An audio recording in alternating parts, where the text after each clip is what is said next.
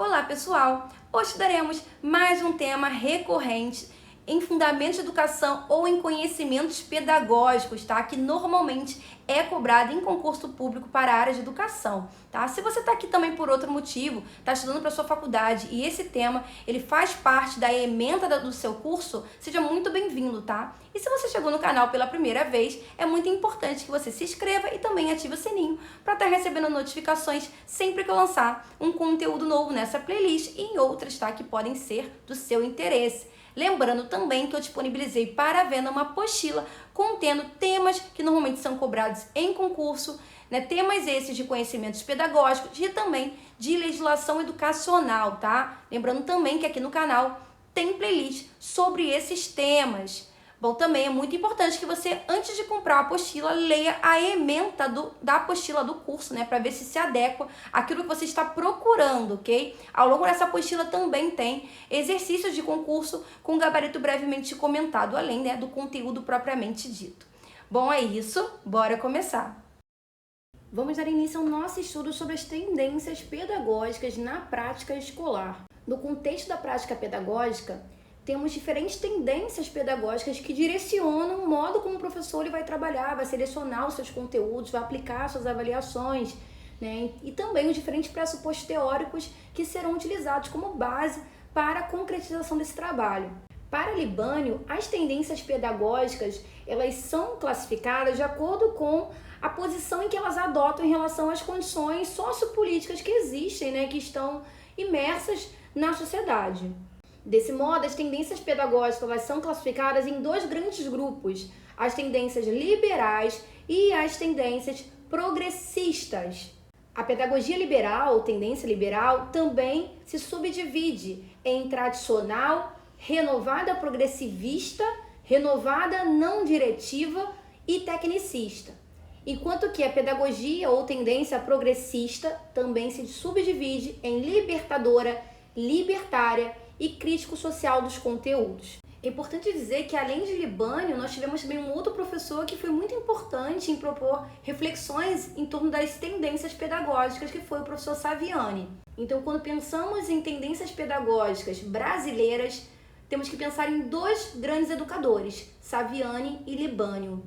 Bom, vamos começar a estudar as tendências liberais. Primeiro, entender que esse termo liberal não se relaciona, na verdade, com algo democrático. Não podemos associar esse liberal com democrático, com participativo, com algo aberto.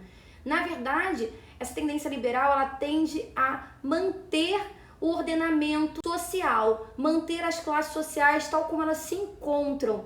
É uma tendência pedagógica que ela não tem como propósito fazer com que haja uma transformação social, e sim uma manutenção da sociedade capitalista e de classes vigentes. Então, qual é a função da tendência liberal de modo geral? É fazer com que o aluno esteja apto a cumprir funções na sociedade, né, que ocupe o mercado de trabalho, ocupe funções pré-definidas, né, tendo ali como base uma cultura individual, ao contrário das tendências progressistas, que tem como função, que tem como propósito propor uma análise crítica da sociedade, das realidades sociais, fazer com que haja ali uma mudança, uma transformação naquele ordenamento já estabelecido.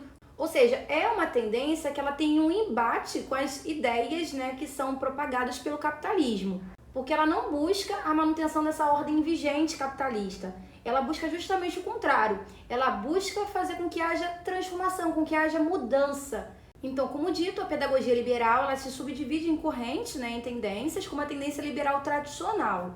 Qual é o propósito da tendência liberal tradicional? Qual é o seu objetivo? É fazer com que os educandos eles alcancem bom desempenho intelectual. O foco da tendência liberal tradicional é o conhecimento, é aquele conhecimento historicamente acumulado, é fazer com que esse aluno ele consiga ter uma assimilação desse conhecimento e apresente bons desempenhos em relação a isso. Ou seja, o foco da tendência liberal tradicional é a preparação intelectual e moral desses alunos, né? E aí acredita-se, segundo a tendência liberal tradicional, que na verdade questões sociais cabe à sociedade, né? Então essa questão com as realidades sociais, problemas sociais, o compromisso com a cultura, cabe à sociedade. E questões envolvendo o intelecto e também aspectos morais, cabe à escola.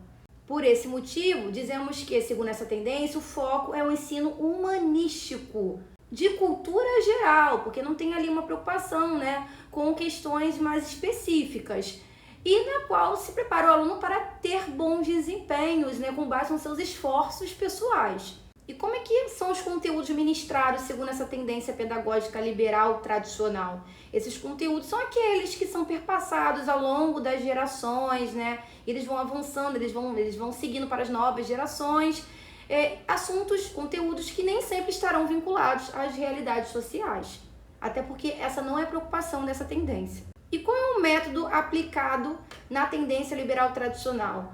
É um método de exposição verbal, que o professor naquele papel, o professor no papel de detentor do conhecimento, e os alunos são aqueles que irão receber, de receptor do conhecimento, com ênfase em exercícios, repetição de conteúdos, memorização. Então, o protagonista do processo de ensino-aprendizagem é o professor e o aluno é meramente o receptor de informações. Então é dito que a aprendizagem, segundo essa tendência, ela acaba sendo receptiva e também mecânica.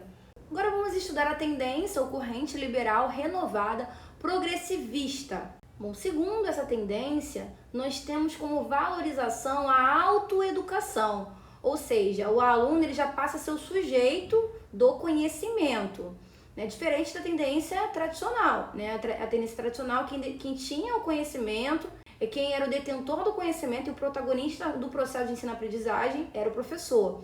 A finalidade da escola, segundo essa tendência, é fazer com que haja ali uma adequação das necessidades individuais ao meio social, né? Com que haja uma integração.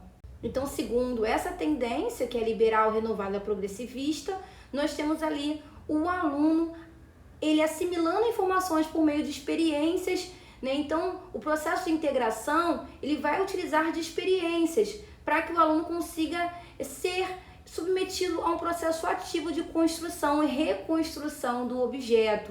Então, para que se comece toda essa aventura de experiências, né, para que elas sejam incorporadas e sejam construídas com base num objeto, o ponto de partida tem que ser as necessidades dos alunos, né, através de experiências diretas e situações, problemas, situações que façam parte, né, do cotidiano desse aluno. Então, o papel do professor, segundo esta tendência, é auxiliar o desenvolvimento do aluno.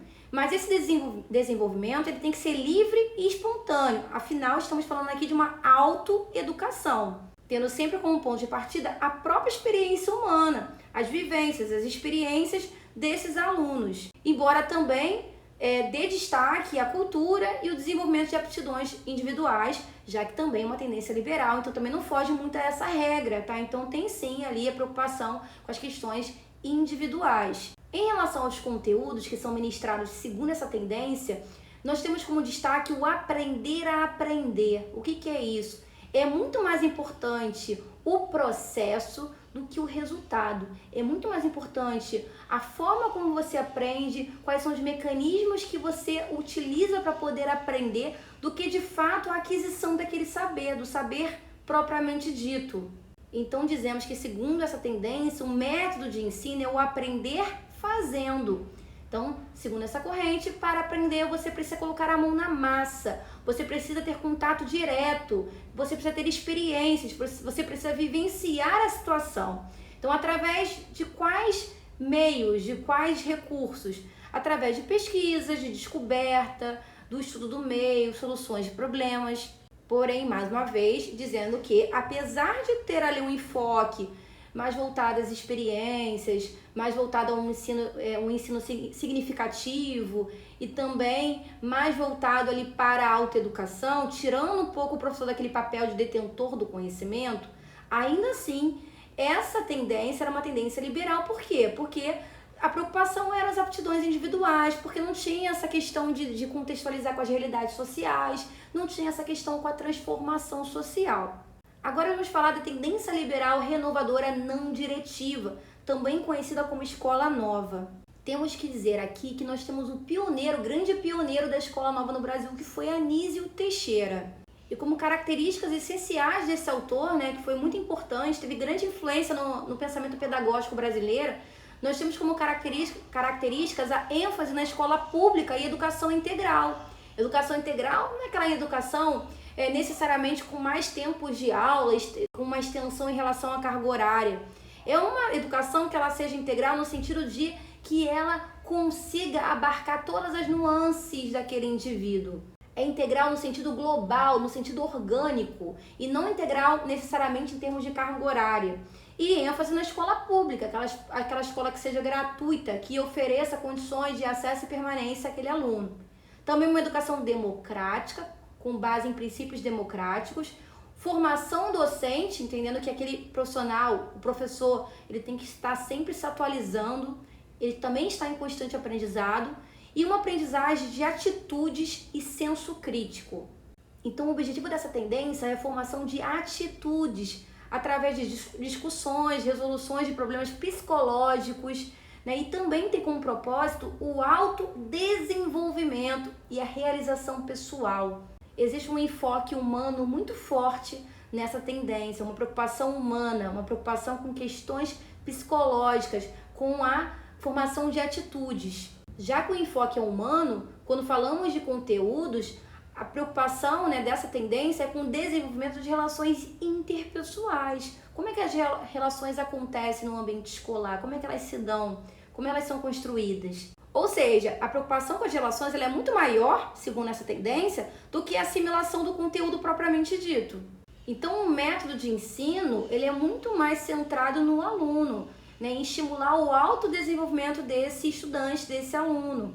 Então, os métodos mais tradicionais, utilizados principalmente pela pedagogia liberal tradicional, eles deixam de ser tão importantes, eles passam a ser dispensados para prevalecer um estilo de professor que seja facilitador do conhecimento, que seja um professor que passe uma imagem para aquele aluno de confiável, que tenha um acolhimento em relação àquele aluno, que a sua imagem, a sua função ali seja para estimular esse autodesenvolvimento do estudante. Então a educação acaba sendo mais centrada no aluno, como eu já havia falado, mas mais ainda na formação da sua personalidade.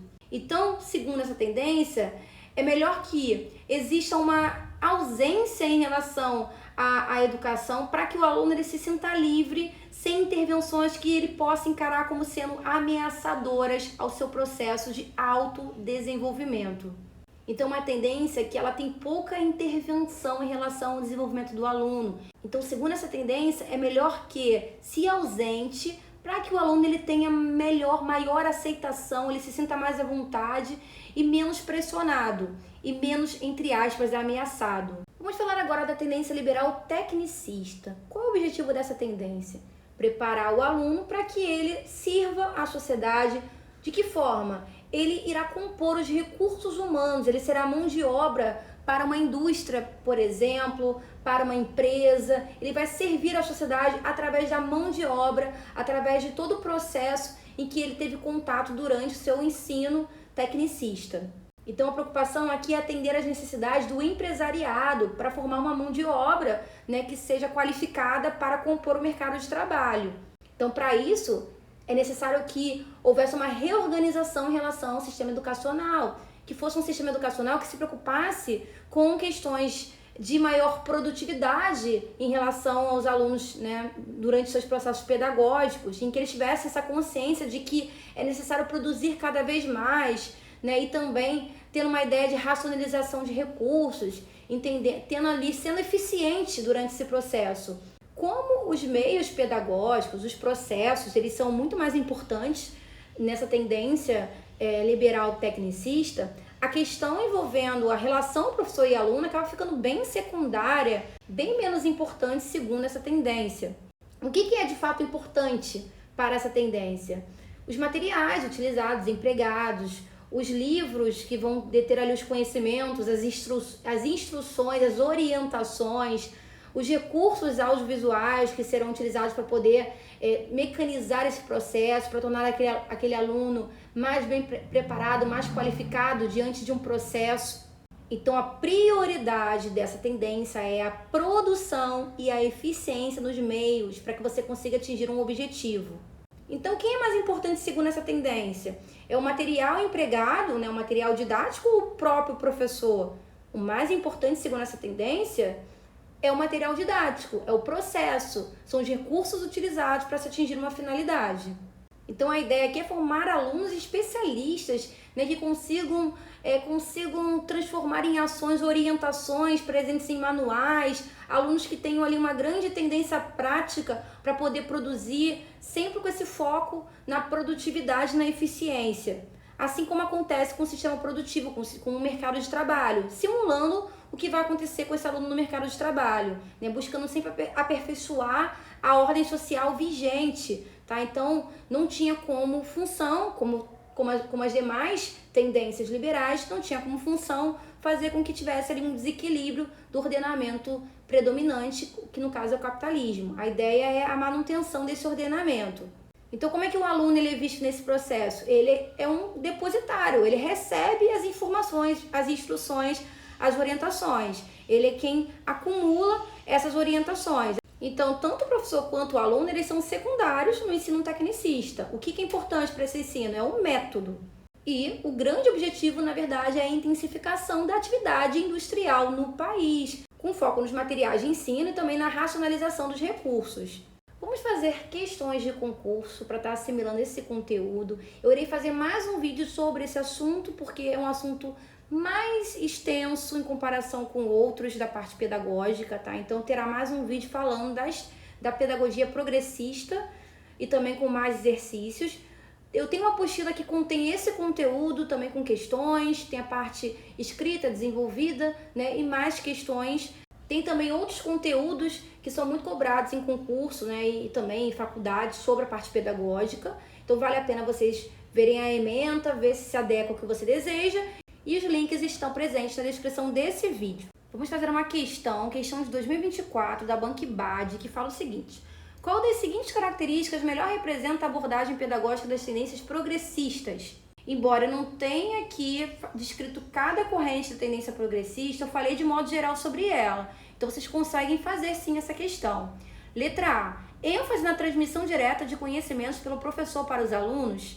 Essa questão em que nós temos o professor como detentor do conhecimento e o aluno como receptor, essa postura ela se enquadra numa tendência liberal, né, que não tem preocupação em mudar, em transformar as realidades sociais. Então a letra A está de acordo com uma tendência liberal e não uma tendência progressista. Letra B. Valorização da autoridade do professor como detentor absoluto do saber.